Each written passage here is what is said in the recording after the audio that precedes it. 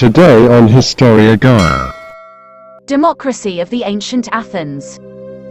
Democracy in ancient Greece is most frequently associated with Athens, where a complex system allowed for broad political participation by the free male citizens of the city-state.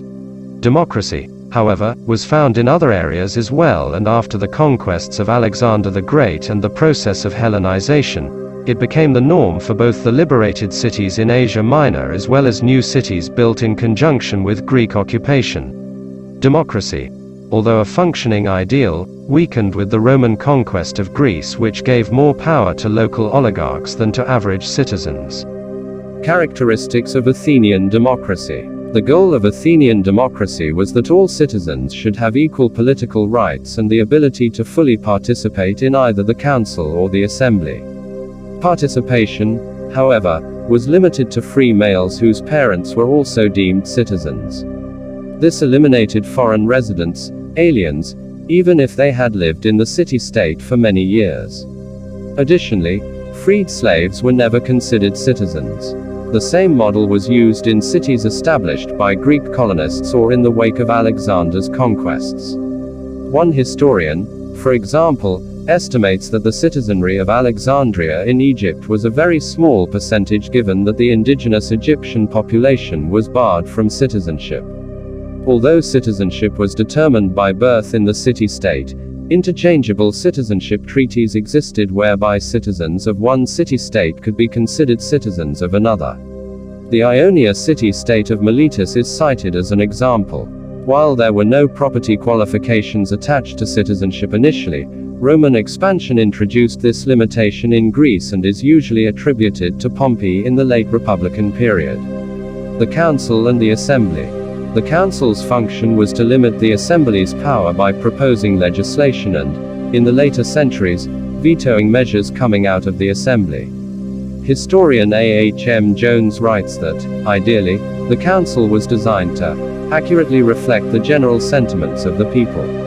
Members of the council usually reflected the wealthier classes who saw political leadership as a civic obligation. The assembly, at least in Athens, was composed of 500 members, chosen by lot from the various tribes or clans in Athens. Their chairman or designated leader was also chosen by lot and only served for the one designated meeting. In Athens, the assembly met 40 times a year. By 400 BC, members of the assembly received a minimal stipend to attend the sessions in order to encourage participation and defray lost income from time spent in the assembly. Early forms of checks and balances. Example of ostraca, piece of pottery within name of Themistocles, who was expelled from Athens.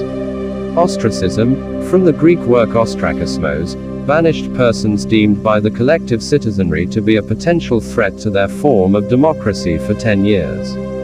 The entire complex system was designed to curb and limit the powers of executives and magistrates so prevalent in the times before the advent of democracy. According to Jones, by the time of Alexander's death, democracy was the normal constitution of every city. Historical effects of Greek democracy. The historical record indicates that the ancient Greeks fully believed that men were qualified to participate in the political process, despite the misgivings of some thinkers such as Plato. The crafting of the U.S. Constitution, for example, though owing its greatest inspiration to English freedoms dating to Magna Carta, was heavily influenced by both Greek and Roman historical models. Historian Colin B. Goodikuntz deceased points out that the Founding Fathers were highly educated in the classics and, dismissing Ben Franklin's recommendation to spend time in prayer, looked instead to Greece and Rome for inspiration. Goodikuntz writes that, the references to ancient history by the advocates of constitutional change were intended to show that the early confederacies had often failed because of faulty organization, and that they had been in more danger from the insubordination of their own members than from the tyranny of rulers. Athenian democracy and the value of man. Ancient forms of democracy, though limited in some respects, were predicated on the belief that citizens had the right and the intellectual ability to make sound decisions affecting their communities. Further, A detailed analysis of the complexities of these early forms of ancient government shows that there was an effort to hold accountable persons entrusted with the welfare of the state.